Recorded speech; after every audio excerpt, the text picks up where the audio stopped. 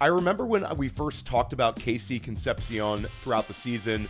It was a player that I was pretty high on, and I said to you, I think this guy could end up being a Zay Flowers type, and you came at me, and you were like, listen, Theo, like this guy is going to be way better than Zay Flowers. Theo, I'm not kidding, man. Like every single discernible box of film score that I give out to a receiver, like he has every skill you could ever want in a wide receiver already developed. He really lacks nothing except for size. He's a top 10 player for me in this draft. He's got the juice, the speed, the route running, the run after catch, the contested catch ability, the body control, the ball tracking, and he's the best punt returner I think I've ever seen at the college level.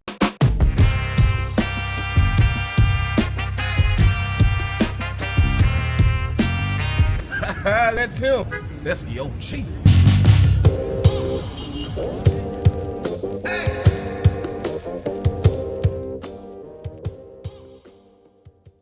Who are the rookies in the 2026 NFL draft class that fantasy managers need to know? Theo Gremminger, Fantasy Football Daily on the Fantasy Points Podcast Network and Fantasy Points YouTube, joined today by my co-host of the 2026 NFL Draft show, Brett Whitefield. Brett, we've been talking about this 2026 draft class it seems like forever, but we haven't done it on Fantasy Football Daily. Really, really excited to chop it up with you. And I feel like the Fantasy Football Daily audience is a mixed bag here. A lot of listeners are redraft-focused listeners that might still be learning about this 2026 NFL draft class. Other listeners, you're deep in the dynasty streets. You already know the lay of the land here. And some of you early best ball drafters are having to learn this rookie class very, very quickly. So we're speaking to a wide range of audience here today, Brett. Really excited to do this one with you. Heck yeah, this time of year we get like a million reps together. That's the best. Yeah, 100%. We just did an NFL mock draft with Alex Dunlap of Roster Watch on the 2026 NFL Draft Podcast. We're dropping one episode a week. That might ramp up to 2 episodes a week. So if you're an NFL draft fan or you want to learn more in depth about which way teams are going to go, make sure you're tuning into that podcast. It's been a lot of fun doing that one. And then certainly on Dynasty Life, the two of us were recently joined by Jagger May. We did a Dynasty rookie mock draft where we talked about a number of these players. So if you want a little bit extra, we've got you covered right here on Fantasy Points YouTube as well as Fantasy Points Dynasty YouTube, our newest YouTube channel. Also doing a rookie mock draft next week with Cody Carpentier on Dynasty Life. So this is not just Dynasty. We're talking about all levels of fantasy football here. And the 2026 draft class, Brett, like, where are you at on this one in enthusiasm level? We're hearing a lot of people from a fantasy lens saying down class. This is not a great class. Where are you at on that? Yeah, I always think stuff like that's ridiculous. People are always, they're geared to like look towards the future, right? I even saw a bunch of this yesterday. The 2027 class is so much better. I never buy into that, Theo. The NFL is going to find the best players. That's just what it comes down to. And so for me, I think unlike any other draft, this draft has strengths and weaknesses. I think it's a weak weak-ish quarterback class, as in you have one guy. I think it's weak-ish at running back, but it's loaded at wide receiver, and it's another potentially transformative year at tight end. So there's a ton of good fantasy assets available in this draft. Don't just punt all your dynasty picks towards the future because there's a lot of value to scoop up here. Yeah, and I think a lot of the hatred for this class is coming from the lack of quarterbacks. And if we went to last summer, before the college football season started, a lot of people thought this could be a transformative quarterback year. You had more quarterbacks hurting themselves than helping themselves. Some got injured, but there was a bunch of names that were sort of tossed around that all these guys could be top 5 picks. And then it was just like Cade Klubnik, nope. Drew Allar, injured, nope. Arch Manning, back to Texas, probably would have been a top 10 pick if he would have come out. Fernando Mendoza is the one that really, really helped himself. Fernando Mendoza is the first quarterback we're going to talk about, and really the only quarterback. I've got about 16 guys I want to cover today. Mendoza is the only quarterback. Heisman Trophy winning season for the national title winning Indiana Hoosiers. Mendoza looks like a lock to be selected at the 101 to the Las Vegas Raiders. We're now going to have him in a Clint Kubiak offense potentially. Separate the landing spot, separate Kubiak from the equation. look at Fernando Mendoza, the prospect. Any potential comps for you? Your outlook for him as what level of NFL quarterback can he get to? Is he going to be a potential top 10 starter in the league, a top 15 starter in the league? Where are you at with Fernando Mendoza? As far as like NFL goes, I think he's got a chance to be a top 5 quarterback in the league for sure. He's that good. He has all of the chops you want out of a franchise quarterback, whether that's what's going on between the ears with processing, getting through his progressions, making the right throws.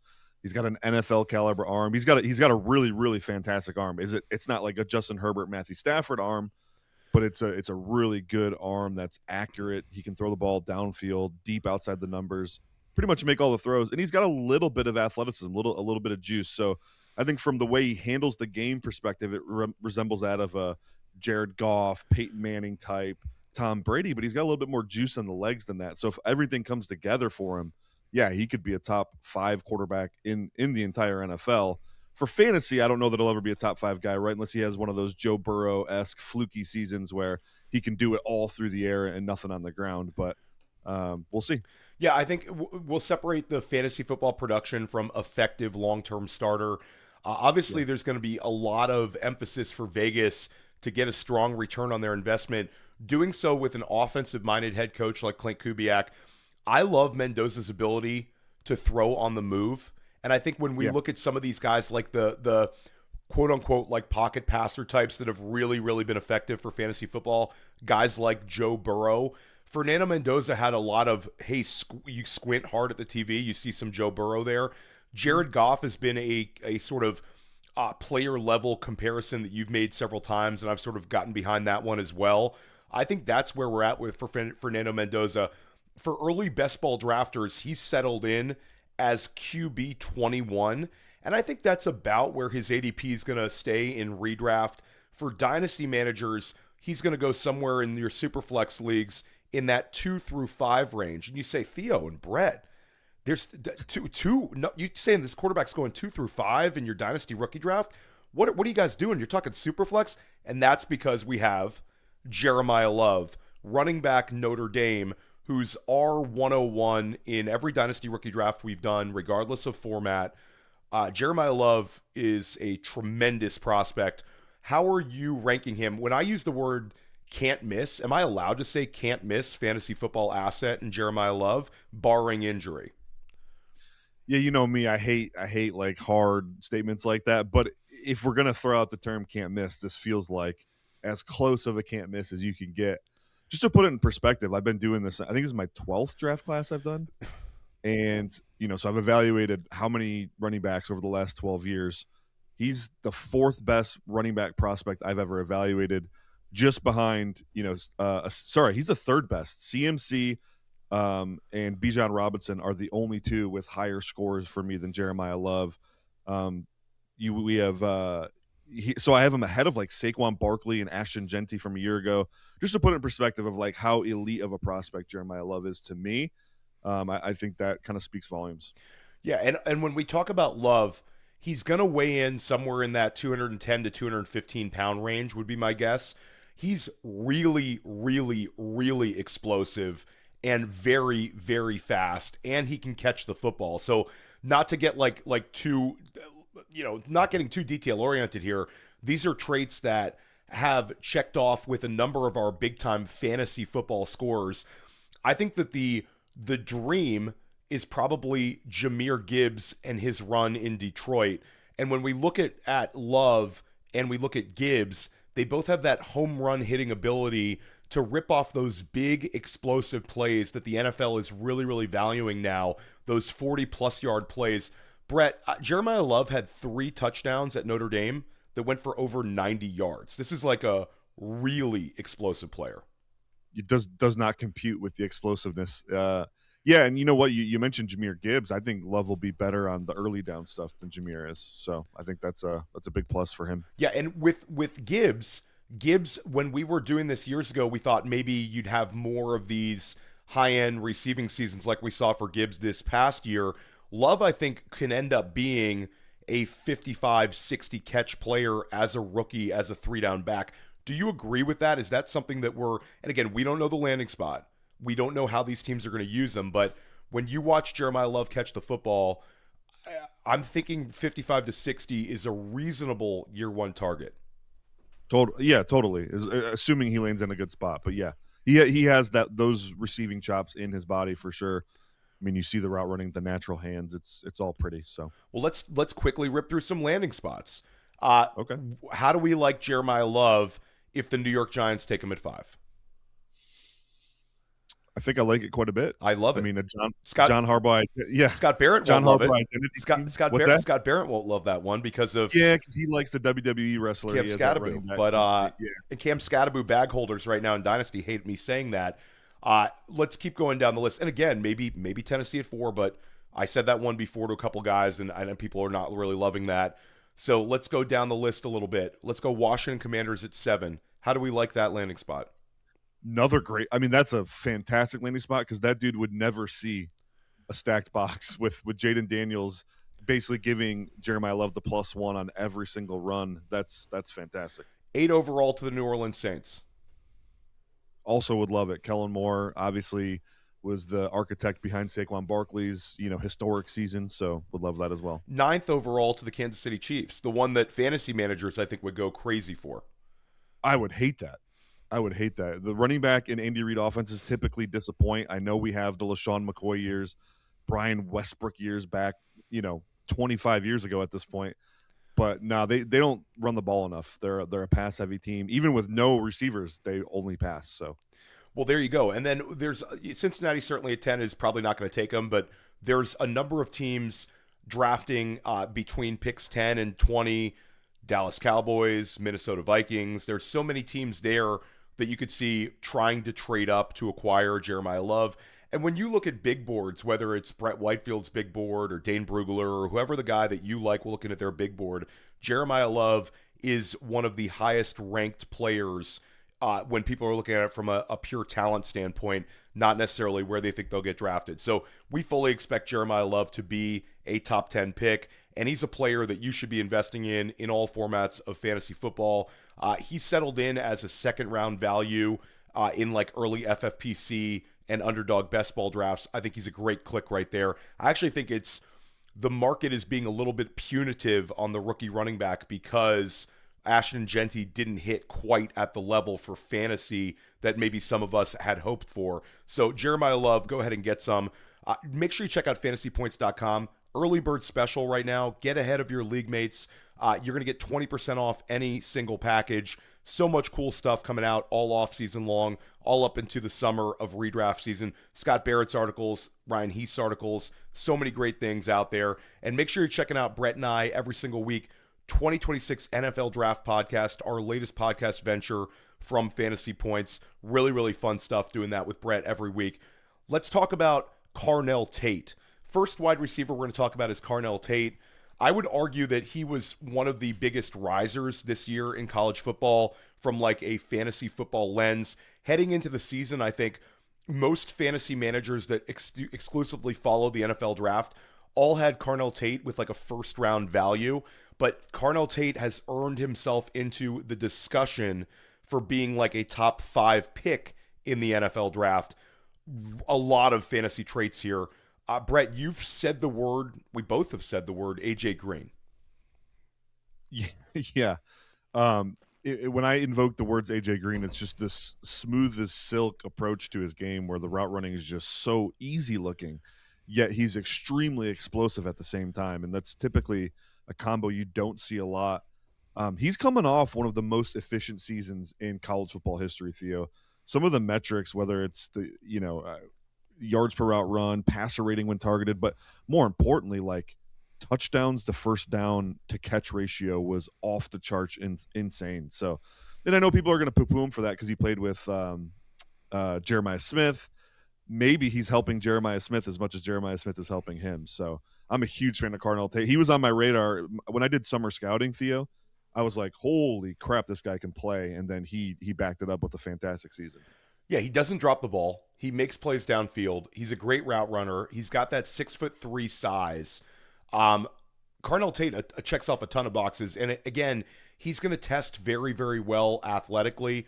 Big wingspan guy too, Brett. I know that there's a lot of like a lot of analysts like yourself that'll put a lot of credence into like wingspan for tight ends and wide receivers. Tate's going to be a player that is going to measure well wingspan wise. I'm sure we have some wingspan numbers from Ohio State, but at the NFL Combine, I think will be a real help to Carnell Tate. Mm-hmm. Yeah, I mean, you see it when he plays. There's not a ball he can't get to. I mean, his catch rate was absurdly high, especially considering the fact he is like one of the highest ADOTs in the country. So everything's downfield, and there isn't a ball he can't get to. Yeah, and there's enthusiasm for him in early best ball drafts as well. I think he's moving up there. I think that people kind of know what they're talking about, but I still think there's a little bit of value if you're an early best ball drafter to investing in Carnell Tate at wide receiver 28. Because once the NFL draft happens, naturally he'll move up. People love drafting those guys going inside the top 10. Another player who there's a ton of enthusiasm for in terms of fantasy circles at the wide receiver position, it's Jordyn Tyson of Arizona State. Tyson, a really interesting player. One thing that's interesting with Jordyn Tyson, though, is there's been a number of injuries. And I always bring that one up, because do NFL teams, does anybody give him a potentially negative physical? I don't think so. He's got significant injuries, but none of them overlap. But I just want to throw that one out there. But when I look at Jordyn Tyson, I get very, very excited. Another very good size player. He's about 6'2", 6'1", 6'2". Really great body control, route running ability. And Brett, I love the versatility where he looks like the kind of wide receiver that can get moved around the field to me. Do you agree on that? Sort of how are the way you're evaluating Tyson? Yeah, I mean, he's just a pure playmaker. And right now, I think the reason I have Tate clearly above Tyson, and there's another receiver too I have above Tyson that we'll talk about later. The main thing is Tyson's just a little bit on the raw side. He's in that Quentin Johnston, Xavier Legette spectrum. I don't want that to scare you guys. Tyson's a better prospect than both those guys. I'm not saying don't do it. Don't do it, Brett. But Jordyn Tyson, we like Jordyn Tyson. We like him. We like Jordyn Tyson, but the thing is, we liked Quentin Johnston too, and it took a while because he's a little bit raw. Tyson is also very raw. There's not a lot of detail in his route running. What he was asked to do at Arizona State does not resemble that of an NFL wide receiver. It's a lot of just finding space, playing in space, catch and run. He's a tremendous playmaker, though, and landing spot will determine everything for how his rookie season goes. But for you best ball players, I'm just cautioning you a little bit. Heavy investments in a guy that will need developmental runway it's a risky proposition any way you slice it. I don't think anyone was happy with what they got out of Quentin Johnston in year one, and I think that could be a similar path for Tyson. You know? Yeah, I'm going to stay more bullish on Tyson. I think that Tyson's going to make more of an impact as a rookie than like a QJ. And again, Brett, like the landing spot's going to matter, but I do think it's with this draft class and the lack of quarterbacks, unless Tyson has a bad physical, I think you're looking at a player that could go somewhere in that 6 through 21 range. So I think he's locked in to that sort of range. And I know I'm giving a sort of a wide range here, but when we look where did Johnston go? That's right. Quentin Johnston went like 21, right? 21, right there at the end of your range there. So there you go. But I'll say Jordyn Tyson's interesting because I think Carnell Tate, when we start talking about landing spots, you start talking about Tennessee at 4, New York at 5, Cleveland at 6, Washington at 7, could land in one of those really high-end spots.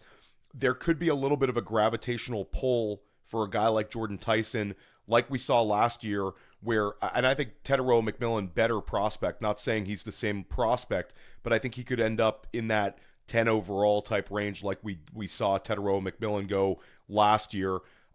The other wide receiver to talk about that, and this one's probably the player that we were furthest apart on when we first started revealing ranks to one another.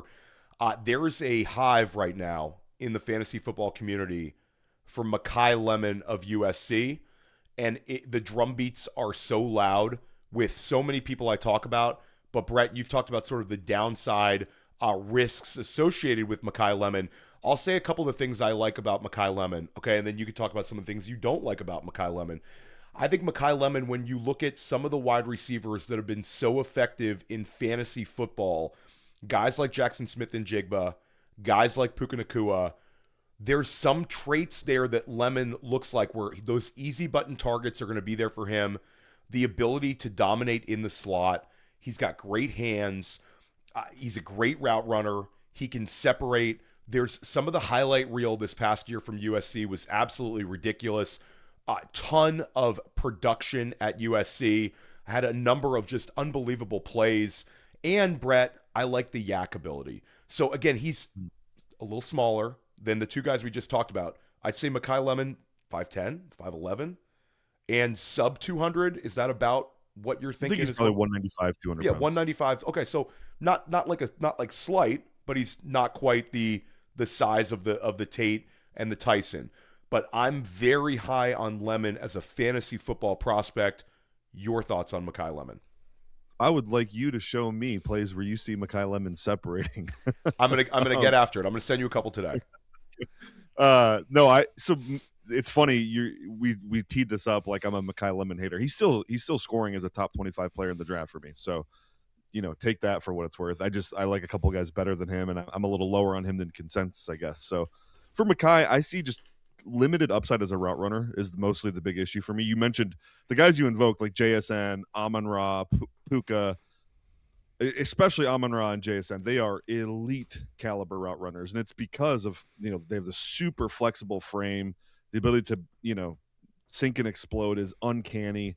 Their attention to detail is ridiculous. They're explosive out of their breaks. You just don't really see that from Makai Lemon. So I do agree with you on the yak ability, though. He's got fantastic ball skills as well for a 5'11" wide receiver. So I think Puka is actually a pretty good comp for him. And Puka's not the biggest guy either, right? He weighed like 200 at the combine. So it's not like he just plays way above his weight class is all. I think that's probably the best play style comp is Puka, because he plays like Makai Lemon plays like every play is his last play. I love that about him. Phenomenal after the catch. So yeah, I agree to an extent that slot, yak demon hybrid with maybe some developmental upside if he does become a better route runner. He's for sure a good player. I think that there's a landing spot out there that is an interesting one. A number of the Rams beat reporters have said that if he's on the board at 13 overall, that could be a consideration. And probably a little bit with a little bit of a, hey, Matt Stafford, just let us know you're back for another year or two, and then maybe we can invest this pick. 13 overall, Makai Lemon, put him on the field with Puka Nacua and Devontae Adams, and then eventually Devontae Adams moves into the sunset, and you've got a Makai Lemon, Puka Nacua wide receiver duo. I think that would get people excited having him in a McVay offense, no? That's exciting for sure. Do you think there's a chance they don't re-sign Puka? No, I think they'll pay Puka. Okay. I think Puka's too good, and he's sort of becoming an invaluable player for them. This past year was just insane. I don't know. It's you always can sort of galaxy brain next man in. A lot of times these wide receivers that we think could potentially move on, the teams eventually just make up and they stay for a longer period of time. We have seen some really high level players though. Stephon Diggs in Buffalo moved on. Tyreek Hill as a Kansas City Chief moved on. So never say never when it comes to the wide receiver position. But Makai Lemon, continue to stay tuned in. Brett Whitefield, every show you're saying something nicer about Makai Lemon. So today you did say some Puka Nacua stuff. You said he's in your top 25. So I've always been nice to him. The thing is the first time we ever talked about him, you presented him as a top 2 receiver in the class, and I just vehemently disagree with that. So that's all. I think Scott Barrett's going to be into Makai Lemon too.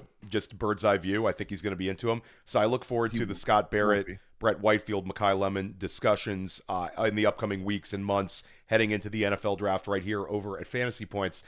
Let's talk about a tight end. This past year was such a awesome year for rookie tight ends. Tyler Warren right out the gate was phenomenal and still is a great player. Colston Loveland ends the season on this absolute heater, and it has a smash game in the NFL playoffs. Harold Fannin Jr. leads Cleveland in receptions, targets, receiving yards. Aronde Gadsden flashed for LA. I mean, the list goes on. This year, we've got another tight end that we view as a first-round lock in Kenyon Sadiq.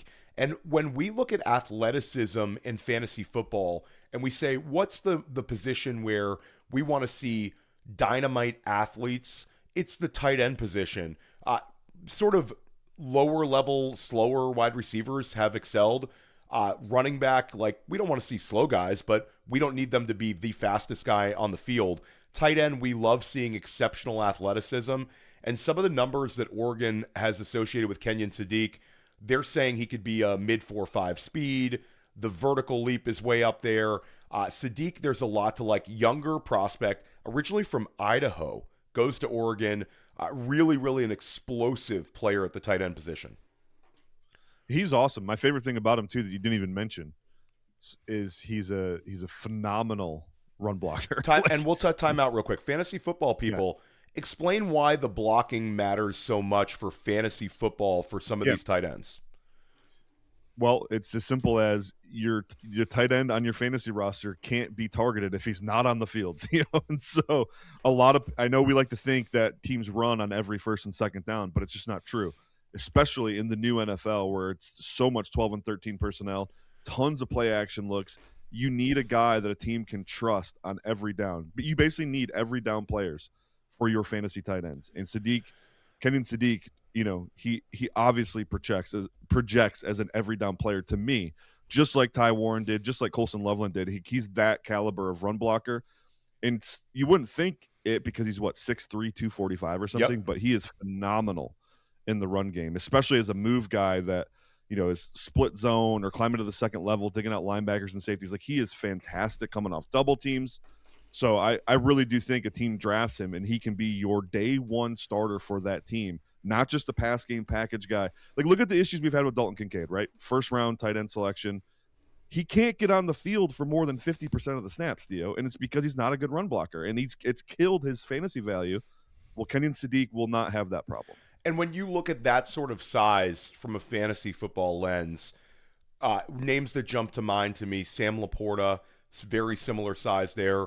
Harold Fannin Jr., Trey McBride, Evan Ingram, not dissimilar size there. So that checks off boxes. How about the production profile for Sadiq? There's been some people pushing back on me. When Sadiq declared for the draft, I said that I'm going to have him as a top 12 tight end in Dynasty right out the gate. He's going to go in the first round.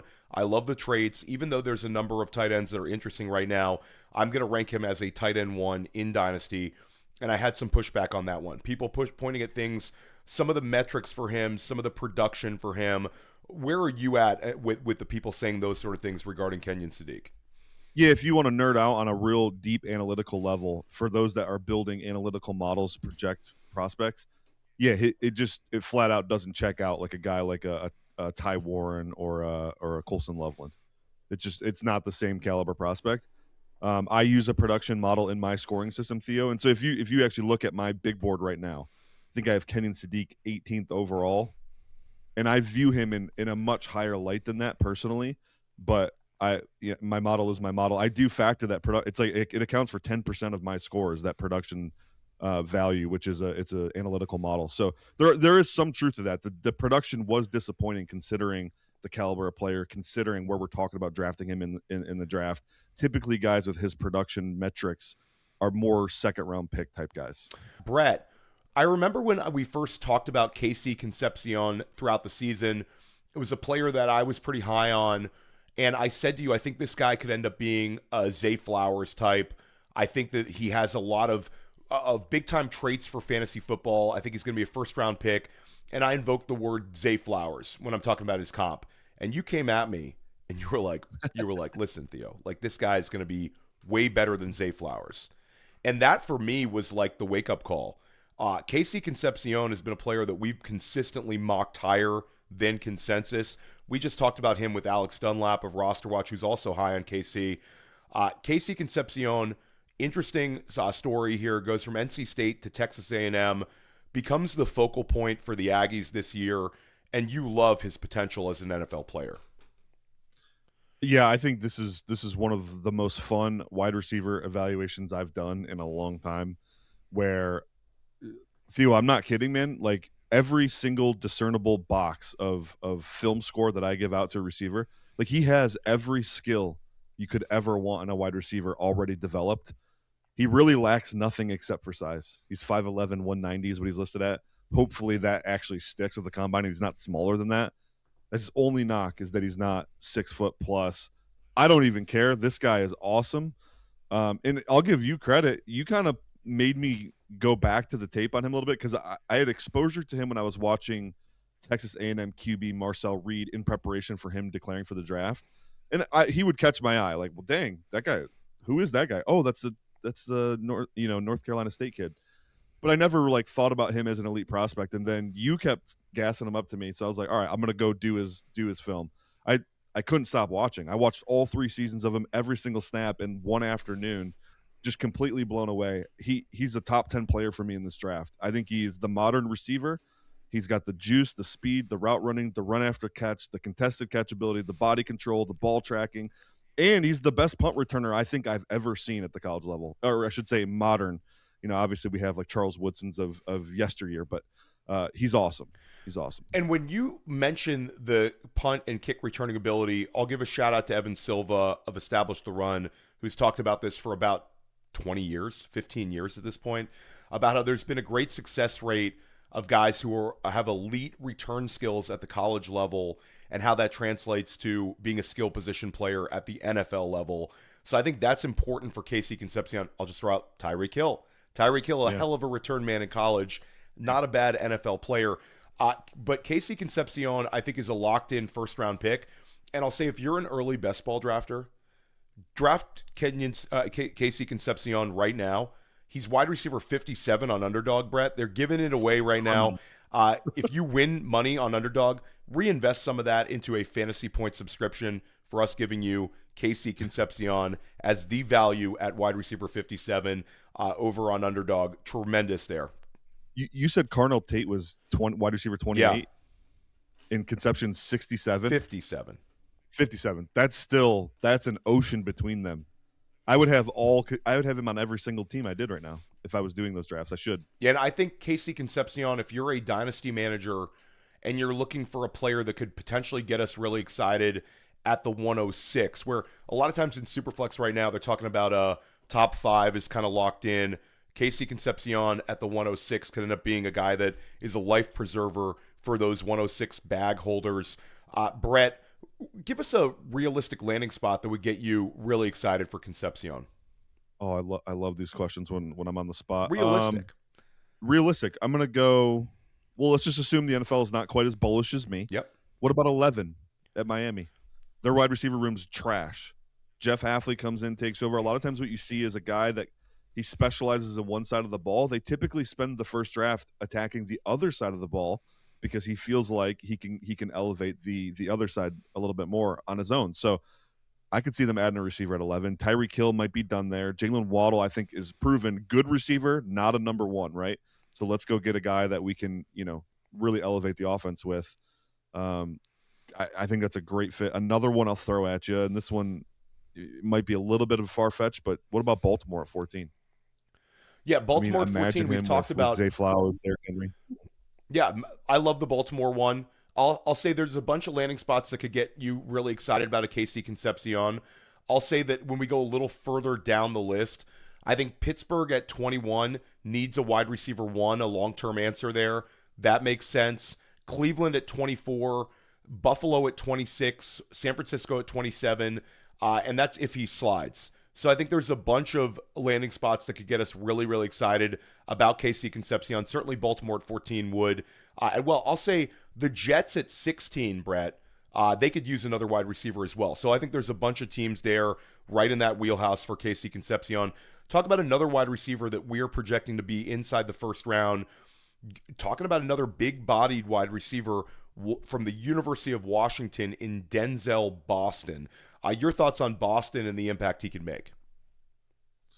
Yeah, I like Boston. He's he's what, 6'4", 210, really long frame, huge catch radius. I think he's really good after the catch too. I hate we keep throwing around Puka, not you and I, but like the community keeps throwing around Puka comps. He does remind me a little bit of Puka though in the way that he plays, real hair on fire mentality, always fighting to move the chains. I think people were disappointed with the season he had, but Washington was an absolute dumpster fire this year. He still put up almost 900 yards and 11 touchdowns. I think he's got some developed route running chops as well. I kind of see him like he's 6'4" and can definitely play on the outside, but I'm fascinated with him as like a power slot type of wide receiver. Yeah, putting Denzel Boston as like a big slot would be great. I think it's another, like we talked about Tate, it's another player that big catch radius, able to win those 50-50 balls. I think Boston, like for me, projects as a wide receiver 1 at the next level. Obviously, he could be a strong wide receiver 2. There's a ton of places where he could land. But when we're chasing fantasy football assets, we love these guys that are potentially wide receiver 1s. I think Boston, there's a bunch of landing spots that could get us really, really excited. I keep mentioning the Buffalo Bills, San Francisco 49ers. Those are sort of those sweet spots towards the end of the first round. But I think Boston's going to be gone before that. I think Pittsburgh at 21 makes a lot of sense for him. I think there's a lot of teams that are going to really value his skill set. Where would you say, if you had to guess the draft capital? Well, I do think Concepcion will go higher when it's all said and done. I think we're early on Concepcion. I think the community comes to that realization pretty soon here. So let's just, for argument's sake, I think 21's a good spot for him, like as a ceiling, like in that 21 to 30, 31 range, somewhere in there. Those 10 picks, New England at 31, 32, they need a receiver. Denver needs a receiver. Buffalo, obviously. San Francisco needs a receiver. Even Philadelphia is in play. There you go. Depending on what they do with A.J. Brown. So, yeah.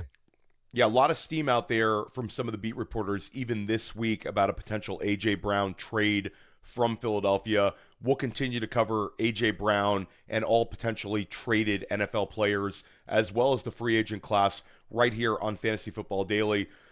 Brett, I'll go dealer's choice here. Do you want to keep talking wide receiver, or do you want to talk about the position nobody wants to talk about with this class, running back? Well, if you're asking me, I'll go wide receiver. Okay, so we'll keep it nice and clean for you. There's 2 players from the national championship team, and you say, wow, I'm watching Fernando Mendoza, and both of these receivers, actually 3 wide receivers, are awesome. This guy's got all sorts of receiving talent, and we think the NFL is going to very much agree. We've got Elijah Surratt, and then we've got Omar Cooper. You've got 2 wide receivers at Indiana. Surratt's a really interesting one. We've been on him for months. Big-bodied outside wide receiver.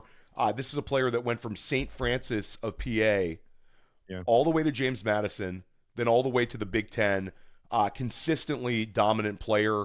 And it's one where I think the fantasy community going into the year looked at him as a guy who could be a high day 2 pick.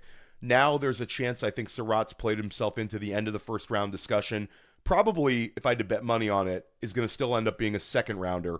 But Omar Cooper starts the year out probably as a day 3 selection for a lot of managers, and now looks like, I'd say, a lock to go on day 2. And there's an Omar Cooper hive developing in the fantasy football community.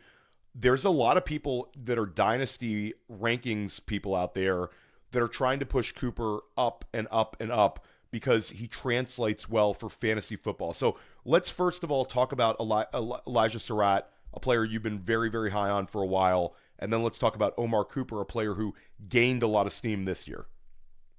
Yeah, Surratt is like a junkyard dog type wide receiver. Kind of does everything well, but he's not like, I would say the one elite trait he has is body control. I mean, this dude has 45 career touchdowns in college. How many wide receiver prospects can you even say that about? Or even close? That's insane. Yeah, 45? It's insane. And again, I mean, the pathway up and up and up, to be able to do it at the very kind of low level FCS. Sorry if I'm a St. Francis fan out there. And then James Madison goes into the Sun Belt and is really, really good there. Then goes to the Big Ten and does it. I mean, this guy's just a freight train the way he's moving up. Yeah, if for those that discount the small school stuff, well, he's had 23, so half of those touchdowns the last 2 years in the Big Ten. So I'm a huge fan of this guy. You know that. So the body control stands out, the route running, the ability to separate. He's not going to test as a great athlete. For those reasons, I think the NFL, other guys will pass him up in the process, and maybe he goes late second round. Like, he kind of reminds me of Jaden Higgins a little bit, like very similar play style. Higgins is a good athlete, not a great athlete. I think Surratt might be even a tier below that as far as athleticism, but we know that doesn't necessarily matter for this position. So, but I'm just totally enamored with this guy. I think he's a phenomenal football player. probably, if you have him as your wide receiver too, I think you're doing really good as a team. Kind of a T. Higgins type role I foresee for him in the future. Yeah, and Cooper was not a transfer to Indiana. Was at Indiana his whole career, and just continued to get better and better and better. Is it safe to say that he's a lock to be picked on day 2? Because I think a lot of the early best ball drafters, a lot of the dynasty, early dynasty rankers, a lot of their esteem and enthusiasm for him is this is a potential second round draft pick. Do you think that he's going to be 100% drafted by the end of day 2? Oh yeah, absolutely. The confusion there was I was thinking he could technically get at the end of the first round. So that's interesting because I haven't heard anybody making that sort of jump. How do you think, before you get into Cooper, how do you think NFL teams are going to rank these two? I think they'll have Cooper ahead of Surratt. Okay, I have them neck and neck on purpose on my big board. They offer very different things. Cooper might be the best run after catch receiver in this draft. Ridiculous in the open field. Ridiculous. I mean, and some of the highlight reel is crazy for him. Yeah. The yak ability. It's sort of looks like it's like Zay Flowers, Boston College. Some of those plays. Yeah, it is. Except that Cooper's thick. Yeah, he's a thick boy, right? So Flowers is like a tiny dude doing it. Cooper's big. He's 205 pounds at 6 foot. Really dense build.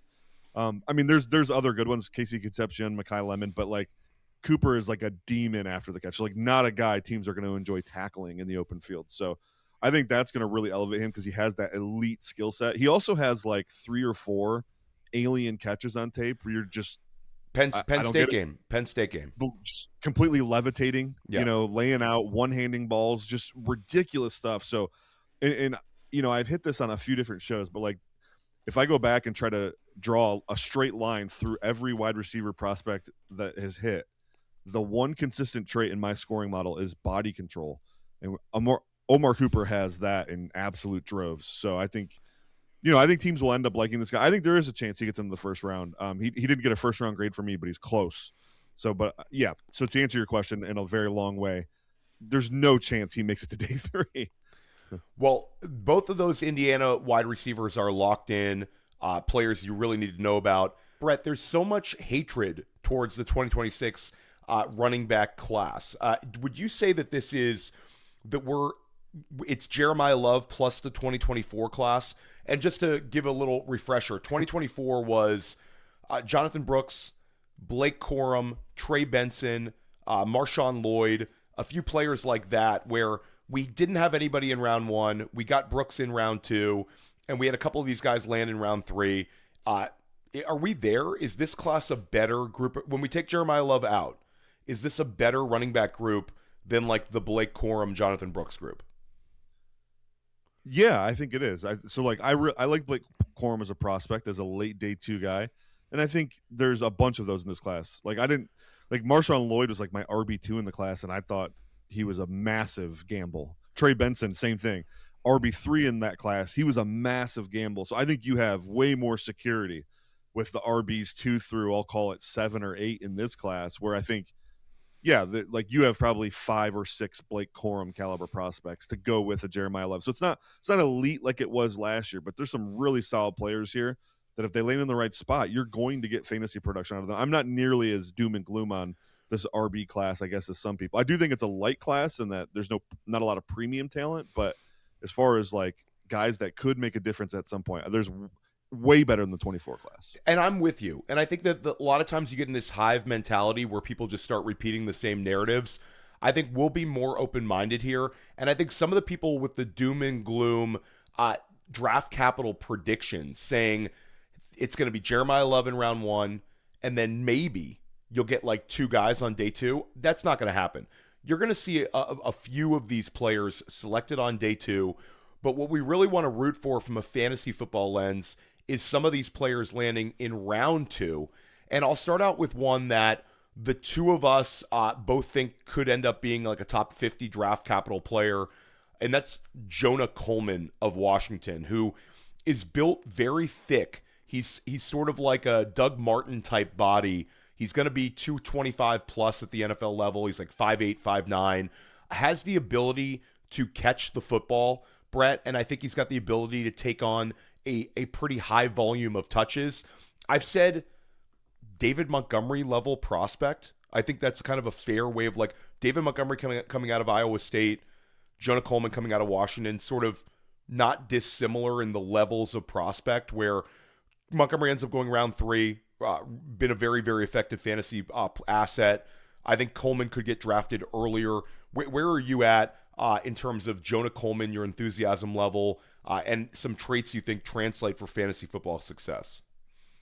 He's a really interesting study because he's this massive bowling ball type guy at 5'8", 5'9", 230, and he doesn't necessarily play that big. However, his feel and expertise in the pass game is wild for a guy with this build. He's a really good natural hands catcher. He's a good route runner. I mean, some of his targets at Washington are 20-plus yards downfield. You don't see that a lot as a running back. He's really good in pass protection, and just so much of the pass game in the NFL is feel. This is one of the reasons David Montgomery, to add to your comp, is so good in the NFL as a pass down player, despite his lack of juice and awkward build for that, is the feel. He's just awesome at knowing when to set his routes down, when to check and release, how to get out of a chip block into a route. That stuff takes legit timing, pace, reps. And Jonah Coleman has that down already. I would like him to play as a runner a little bit more to his size, though. That's like the one thing separating him from being like a fantastic prospect to just being a really good prospect to me. But a team's going to like him for sure. He's an every down back.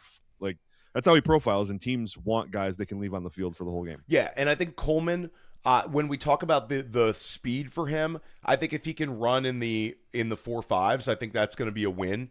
I think we're Brett, I would guess he's going to be 4.58 kind of guy, not necessarily like in the 4.65s. But we want to see him in the 4.5 range. I think that would check off an athleticism box. One player that I'm not worried about the speed at all, a running back who can absolutely fly, is Jadarian Price of Notre Dame, who's an early entrant and played in the same backfield as Jeremiyah Love, but really could be the RB2 in this class from a dynasty lens and from a fantasy football lens, especially if you're not into Jonah Coleman. But Jadarian Price has a lot to like.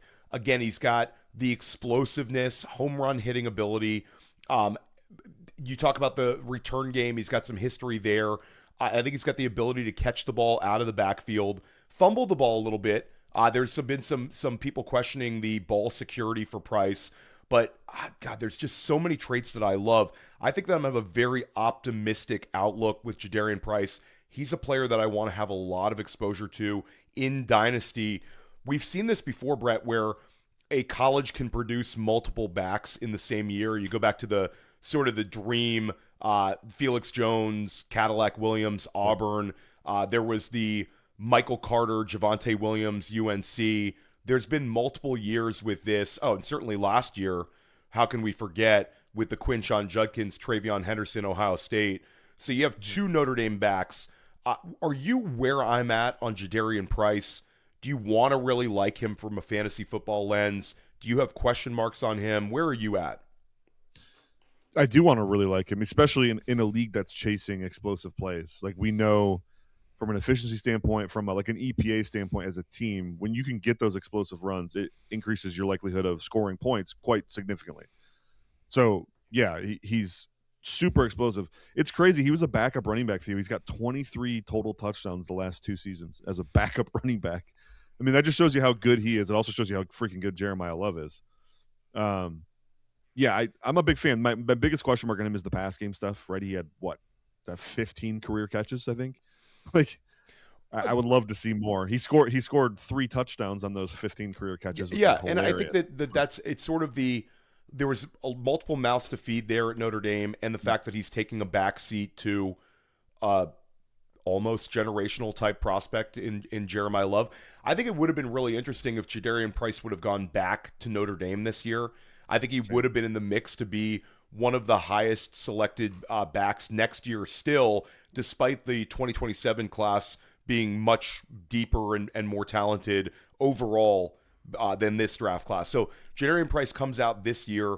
I think he's going to settle in as a second-round pick. So I'm at a first-round top 10 pick, and I'm at 2 second-round picks. So I'm doing okay. Let's talk about Emmett Johnson of Nebraska. You mentioned the receiving ability. Emmett Johnson checks off that box. There's now sort of a collective hive where a lot of people are getting really, really into Emmett Johnson, the prospect. Again, coming out of Nebraska, but he's got like a lot of juice with the ball in his hands as a receiver, and he looks very good as a runner. Where are you at on Emmett Johnson, the prospect?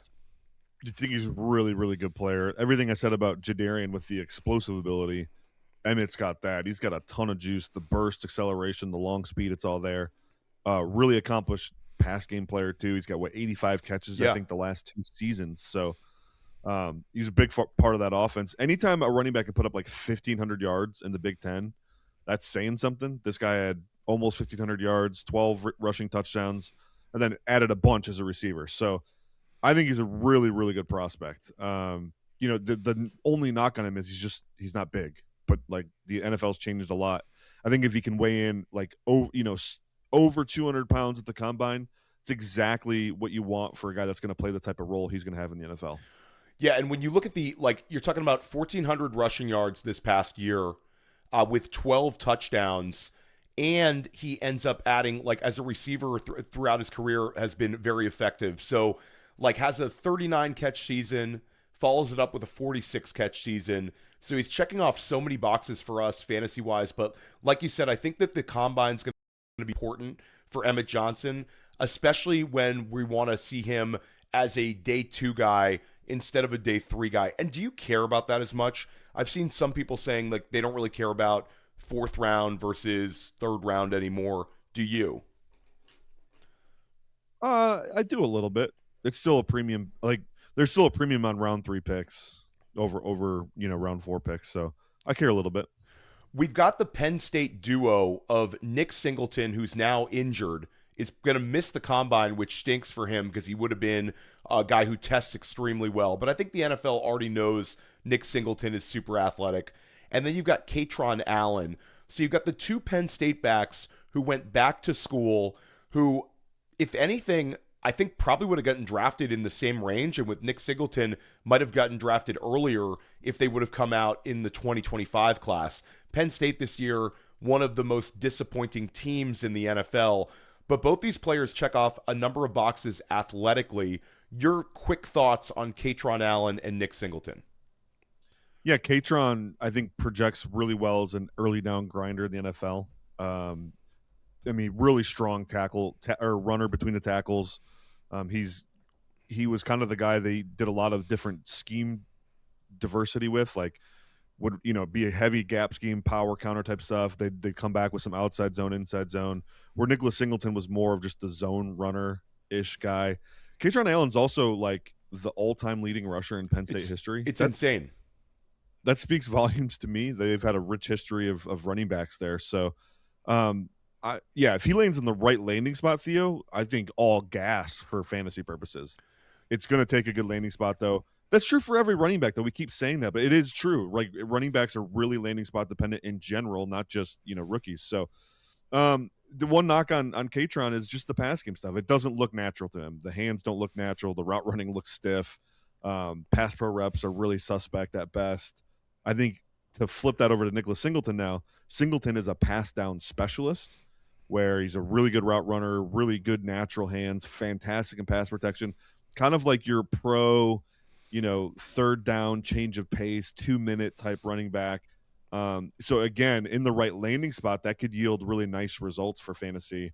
But ultimately, I think I'm probably higher on Katron for fantasy purposes because I do think he's a candidate to be a 200-plus touch kind of guy early on. Yeah, Nick Singleton, we've talked about the prospect fatigue in the community. Certainly him not being able to test to the combine hurts, but it doesn't bury him. Nick Singleton, you talk about the all-time leading touchdown scorers in Penn State history. Nick Singleton has 45 touchdowns. Katron Allen has 39. And then from a rushing yards perspective, Nick Singleton is, I believe, 4th behind Saquon Barkley So you've got Katron Allen at the very top, but Nick Singleton also had nearly 3,500 rushing yards in his time at Penn State. So both these guys, these were big-time producers at a very high level of college football. And I think the dynasty community could have a little bit of correction right after the NFL draft. Let's go rapid fire here, Brett, and try to cover a couple of more of these prospects. Chris Brazzell, Tennessee. Are people doing some helmet scouting when they want to fade Chris Brazzell? You've had a bunch of Tennessee guys fail to deliver that had a lot of hype. Dylan Sampson, we haven't closed the book on. He could end up having a strong year with Judkins a little bit banged up. But you look at Jalen Hyatt, big-time bust. Jalen Wright hasn't delivered after 2 years in Miami. Where are you at on Chris Brazzell? The next Tennessee Volunteer. He's got some good size to him, Brett. I'm ashamed to admit that I was one of those people. I saw I build my watch list based on the official entry of players into the NFL draft. So I take that list and I saw a Tennessee receiver on there. I knew who he was. I've obviously watched college football, but I was like, oh God, I don't want to watch another Tennessee wide receiver. That was my initial reaction, right? Then I start watching and I'm like, whoa. This guy's a little different, not just a vertical linear player. Like that was his role in the Tennessee offense, of course. But you could see the, sink and explode ability, which you don't see from guy. He's like 6'5", 220, like really big, long frame. For him to be able to sink the way he does and get in and out of breaks is kind of unbelievable. And I ended up getting like really enamored of this guy. I watched all of his tape at Tennessee and then went back to the Tulane tape. And the Tulane tape is actually more impressive because they allowed him to run routes. He was running actual NFL routes, especially down in the red zone, a lot of like whip routes where it's like you really requires you to sink, explode, and not get stuck in your break. He looks phenomenal doing that stuff. Couple 83 routes too that are just phenomenal. Like really good route runner for this, size adjusted route running is just fantastic. So then at that size, you have elite ball skills. I think he's a really good athlete. He's not going to blow up the combine like a Dante Thornton did last year, but you don't need him to. Like he's got actual receiving ability. So I think he's good. I think he reminds me a little bit of Drake London actually, like from a play style comp. Yeah, that says a great deal. I think Chris Brazzell is a very polarizing player in the fantasy community right now, but I think a lot of that has to do with, again, Tennessee, the way that they run their offense. There's another big-bodied wide receiver who maybe 2 weeks ago had way less steam, but there was arguably no bigger fantasy football winner at the Senior Bowl than Malachi Fields of Notre Dame. Malachi Fields ends up having 2 800-plus yard seasons at UVA, transfers to Notre Dame this past year. Brett, he's every bit 6'4", 220, 225. And Brett, like when you look at him on the field at the Senior Bowl, he looked like a tight end. He's a tight end size wide receiver, but the ability to get downfield, the athleticism, there's a lot to like athletically here. And I think that we've seen it every year where these guys that go and have really, really big Senior Bowl weeks, these guys are going to move up in the draft. So Malachi Fields, you're starting to see people mentioning as a potential round one prospect. Look at 2 years ago, Ladd McConkey ends up being a top 5 pick in the second round. I guess that was 3 years ago. Last year, it was Jaden Higgins, huge Senior Bowl week. Go back the year before, Ricky Pearsall. I mean, multiple guys have these big Senior Bowl weeks, and it translates to the NFL draft. Are we going to see that with Malachi Fields? 100% we will. He was the best player in Mobile on offense by far.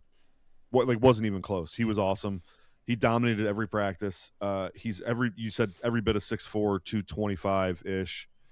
And he plays like it. Physical, strong. They were asking guys to compress him, and that was just a mistake. They were getting bodied by him the whole. But what I was really impressed with, similar to Brazzell, is like for that size, a really good route runner. Really good route runner. Especially go watch the Virginia tape where he wasn't only a linear vertical type receiver. Like he was really good. He's also a coach's best friend type though, where it's like he's going to get after it in the run game. Phenomenal tape of him run blocking and really good on scramble drills. Like he kind of just does all the little things really well.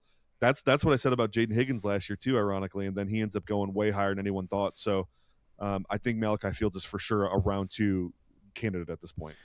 I'll throw out young DK Metcalf. Is that too much to ask athletically? I don't think he's that explosive. Not that explosive. And DK is also ridiculously stiff. Like Fields has way more route running potential than DK Metcalf ever had. Is there a comp for you? Yeah, I think he's like a. I want to like. He plays bigger than even T. Higgins. Yeah. But like he's got that in him, but he's like bigger T. Higgins. Well, there you go. People are going to love that one. I shouldn't have even said DK Metcalf. I should have said bigger T. Higgins. That gets people going, Brett. The pour one out, though, the wide receiver that I think we would have talked about a half an hour ago if he didn't get injured was Chris Bell of Louisville. Chris Bell's a player that throughout the year, I mean, I'm texting with you about certain prospects throughout the year, and I'm like, this is A.J. Brown. And you had me slow my roll a little bit. But Chris Bell had some A.J. Brown-like film in some of those games for Louisville. Was on an absolute heater in about the middle of the year when, like, Louisville beat Miami, and there was a bunch of games in a row where Bell was just unbelievable, like 150-plus receiving yards every game. He had 5 straight games against top 25 ranked opponents, and he was averaging like 160 yards. It's ridiculous. Ridiculous. And yeah, A.J. Brown's not a terrible comp. I just don't think he's that explosive. But play style wise, they're very similar. So, how is the NFL going to treat him with this injury? That's my question for you. At first it made me real skittish. Like, okay, he's for sure going to fall. But then I remember Jameson Williams tore his ACL right at the end of the Alabama season that year. Gosh, wasn't he even in the playoff game or their bowl game? I think it was. It was super late, and then he exceeded everybody's. When there was the draft projections, Jameson Williams went like 10 spots higher than most people had him. Yeah, he was my wide receiver 1 in that class, and he ended up going 12th overall despite the ACL. So maybe there is a chance Chris Bell still gets into that top 40 range. And then from a dynasty lens, let's say that this coming year is very much a question mark. Is he still a player that dynasty managers should absolutely invest in? Or are you going to let the NFL answer that for you with the draft capital? I played dynasty a little more unorthodox. I go after my guys, and if you talk to like Thomas Tipple, he thinks that's a bad strategy because I'm paying above market value for him. I'd rather pay above market value for him and then just make sure I have him. But to Thomas's point, if you do wait and he doesn't get the draft capital, then you can acquire him for really cheap, and then it's there's a tug and pull there. I'm just pretty comfortable just going after my guys usually, so I'm probably going to go ahead and draft them as often as I can. One wide receiver that's projected, I think he'll end up being a second-round pick, Germie Bernard of Alabama. Your thoughts on Bernard? I know it's been a player that I've been a little higher on than you. Yeah, I'm not super high on Bernard. I think he's a good player. He's kind of like a jack of all trades, master of none. Really reminds me of John Mechie. I hate that John Mechie also played at Alabama for that reason, but and people forget Alabama John Mechie. Like, he was a different guy, obviously, than he is now. He was awesome from the standpoint of, like, you could count on him to do everything. Could run some routes, pretty good body control, pretty good at the catch point, actually really good after the catch, inside out versatility. It's kind of how I view Germie Bernard, like really high upside wide receiver 2 for an NFL offense. What that translates to in fantasy will really depend on where he gets drafted. Eli Stowers, tight end, Vanderbilt. We talked about Kenyon Sadiq earlier, and I think Kenyon Sadiq is going to be the locked-in first-round pick tight end. But I would say Eli Stowers is going to go somewhere in that top 40 with a chance to creep into the end of the first round because, Brett, I think he's extremely athletic, and he's one of these tight ends that you can plug inside of the slot and sort of move him around. He's sort of a classic move tight end. Ridiculous athleticism, was a former quarterback who converted over to tight end at Vanderbilt. Yeah, he's a far more accomplished pass catcher than like a Kenyon Sadiq, who we talked about 45 minutes ago. The one knock is he's just doesn't project as an every down player right away. He's going to need to put a little meat on the frame. He's got to get better at the point of attack as a run blocker. That said, there's never been a better time to draft a guy like Eli Stowers in the NFL with the advent of 12 and 13 personnel everybody's playing it. So you can get away with him as like an Aronde Gadsden type where he is a tight end, but he's playing slot receiver for like 60% of the time he's on the field. So you don't necessarily need him to be elite. Like he doesn't have to go block defensive ends if he lands in a scheme like that. He'll be blocking linebackers and safeties. So the math is a little bit different. I think because of the way the NFL is now, he'll go way higher than he would have, say, 5-6 years ago. Yeah, and if you want a more extensive dive into the tight end position, Brett and I are going to be revealing our full tight end rankings. Got to make sure you got to go to the 2026 NFL Draft podcast for that. But when you get past Stowers and Sadiq, there's a couple of other move tight ends for you to take a note down. Michael Trigg of Baylor, Justin Jolly of NC State, and then a tight end that helped himself at the Senior Bowl that I know you were into was Sam Roush of Stanford. It's a deep group of tight ends. I think that there's going to be quite a few selected on day 2. We'll dive into that on the other pod. Brett, we got to quickly rip through quarterback 2. Doesn't get people excited. Do you think Ty Simpson's going to end up being a first-round pick in the NFL draft? Ty Simpson's my QB2. Is that what you asked me? Yeah, well, I think he's my QB2 right now as well. Yeah. Will he end up being a first-round pick is the question fantasy managers want to know. I'm going to say probably not. I think, we would love to see that happen just for fantasy purposes. But, I don't think he's quite on the level Jackson Dart was at, who got, that late first-round capital, a trade-in. It's tough for me to say that there's such a scarcity at quarterback right now in the NFL and there's a bunch of teams that need one. There's not many available. So, yeah, you could see it happening. But as far as pedigree goes, it would be very tendency breaking for the NFL to draft a guy like this in the first round. Really, 1 year of college production. There's holes in his game. He's been banged up towards the end of the season. Some of his worst games were in the biggest games of the season down the stretch. Like, there's a lot of things I like about Ty Simpson. I just think the NFL will probably punt and take him in the second round-ish area. And I'll say Ty Simpson, a lot of the quarterbacks who have failed big time are quarterbacks with a very small sample size of collegiate starts. Ty Simpson played behind Jalen Milroe this past year at Alabama, or 2 seasons ago at Alabama, starts this year.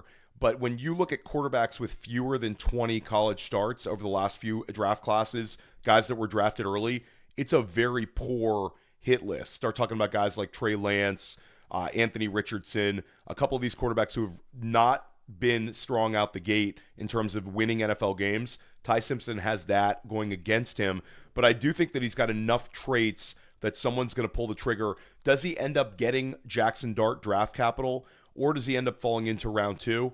Big question mark. There's a chance that he could go as high as 16 to the Jets, 13 to the Rams, if someone falls in love and there starts being some steam. The other quarterback that we need to mention, everyone, Trinidad Chambliss of Ole Miss. Brett, we are recording this on a Friday. Trinidad Chambliss lost his appeal with the NCAA. We still don't have clarity if he's going to be in the NFL draft. If he is in the NFL draft, I'm very intrigued on Trinidad Chambliss as a day 2 player. I think he's got fantasy football upside. He's absolutely electric on the NFL field. Not a big quarterback, but your very quick thoughts on Trinidad Chambliss. Yeah, I scored him as if he's in the draft for, if I have to remove him, that's fine. But he's my QB3 right now, and I don't love saying there's a lot of things I don't like about his game. He does have a gaming, he's like a gamer, right? Like when everything's on the line, he plays his best ball, which is a great trait to have. But he's one of these guys just holds the ball for an eternity, doesn't make a lot of big time throws downfield. It's really more just this creative playmaking element that you like from him, but he doesn't really run an offense at all. Like really, really bad in that from that standpoint. So it is a weaker QB class. So the fact that he's my QB3 is that in itself speaks volumes. So I'm not a huge fan, to be honest. Yeah, I think I'll be a little higher on Chambliss than you are. One more running back to wrap it up with, a running back who had a really good week at the Senior Bowl, Mike Washington Jr. of Arkansas, like 6'2", like 230, 225 to 230 range, played at Buffalo, played at New Mexico State, and then excelled this past year at Arkansas. A lot to like. What did you see down in Mobile with him? A big guy who runs angry. This is the David Montgomery comp, by the way. Very physical runner, but then has a feel for the pass game that's just exceptional. So really good hands, good route runner. At the Senior Bowl, he acquitted himself very well in pass protection and as a receiver.